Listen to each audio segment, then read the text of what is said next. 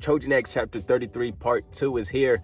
And to kick it off, man, we officially got the reveal that it is indeed Tokyo who is the beast that Mother has been on the search for. It is Tokyo who is the one that she wishes to inherit her power, as well as the mark of the beast. But what I love about the premonition is, although more information has been revealed, it seems to open up more interpretations on the future of Yamato. And I say this because of the mentioning and the visual of the Dark Calamity. In my opinion, this adds a possible third party as the face of Yamato's fall, because when you take into consideration the dream of both AZUMA and Tokyo, neither of them resemble this chaotic monster. And although I mentioned in a previous review that in Tokyo's dream, AZUMA showed evidence of entering a state of chaos, the additional information in this chapter, in my opinion, gives an opening to where AZUMA and Tokyo could potentially fight this Dark Calamity together, side by side. Just by looking at it, the Dark Calamity resembles the form taken by the explosive Queen used during the invasion in 1923. There are also theories within the Choujin X community stating the possibility of Queen faking his death.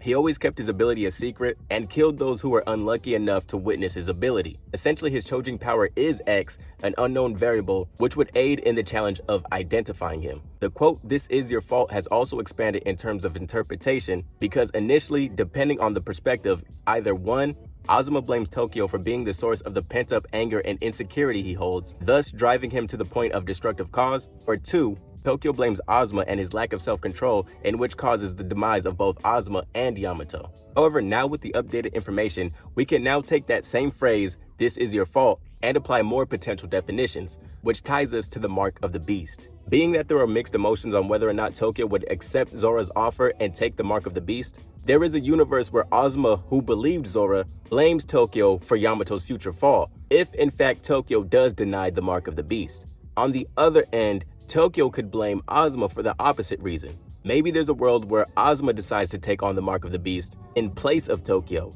which goes against Mother's ideal choice, but may be the decision made out of desperation. After all, she has already sacrificed other regular human beings as well as Choujin, so why not AZUMA, who is a Choujin with high potential? Which brings me to the divided prophecy. A major hint has been revealed on the identity of Mato, the one who has premonitions of their own, along with a dream diary as mentioned by Sato and Sandek. It is due to Mato and her following that Yamato Mori turned against Zora, ostracizing her along with any believers to the tower where she was scorned to be a witch. The detail I liked about this backstory is Zora's admission of Mato's visions being at times more accurate than her own, because it adds drama to the narration. On one hand, we have Zora, the mysterious being that we've viewed as a villain for so long, saying that she wants to save the world, and pretty much admits that she's an unreliable narrator. On the other hand, we have Mato, the now assumed head of Yamato Mori, who arguably may have had an agenda of her own. With trust growing in favor of Mato, it is possible that Mato used the opportunity to lie about there being no Dark Calamity in order to overrule Zora. After all, their premonitions always aligned whenever there was a major event, so why would this be any different? On top of that, Mato now currently admits to Yamato's dark future. With all of these possibilities, as readers we are now put in the same shoes as Tokyo, where we don't know who or what to believe. The choice made in this situation will have great implications on the future,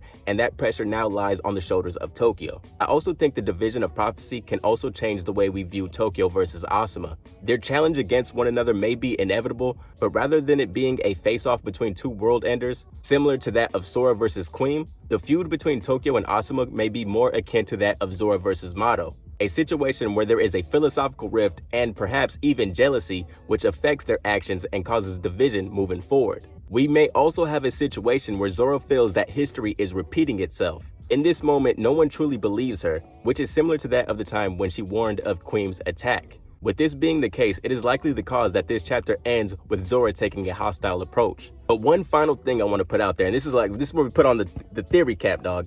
I believe that there is a possibility that Zora is unknowingly being the cause of Yamato's fall. Ever since her dream, she has been acting at the interest of her vision. And this is shown in the panel where the beast of salvation is revealed to her.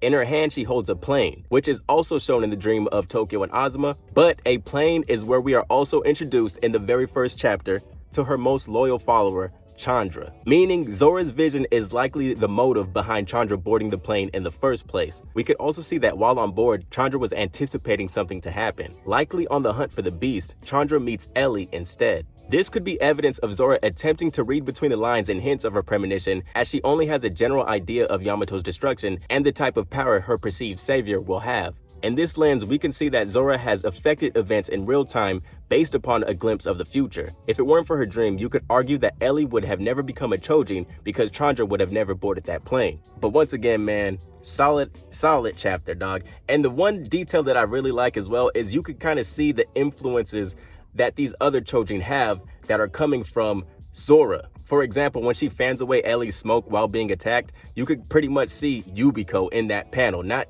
Yubiko for real, but just the way that Yubiko would have a hand come out of her, as well as some random goons that we have seen turn into hands. And on top of that, Tokyo when he saves AZUMA from drowning. And this also makes me think, like, if we look at these other characters outside of Zora, maybe they could give us some type of information on Zora and her personality. She mentioned something about AZUMA. I believe the possible reasoning that she doesn't view AZUMA as the savior is because of some negative trait that she may hold within herself that she sees in AZUMA. She mentions iron, and we've seen in the past chapter when AZUMA turns into a Choujin that he complains about feeling heavy. This is the reason why he sinks at the bottom of the ocean. This essentially is a key to his ability, and this may be something that prevents him from being that savior. But all in all, like I said, good chapter. Thank you for watching.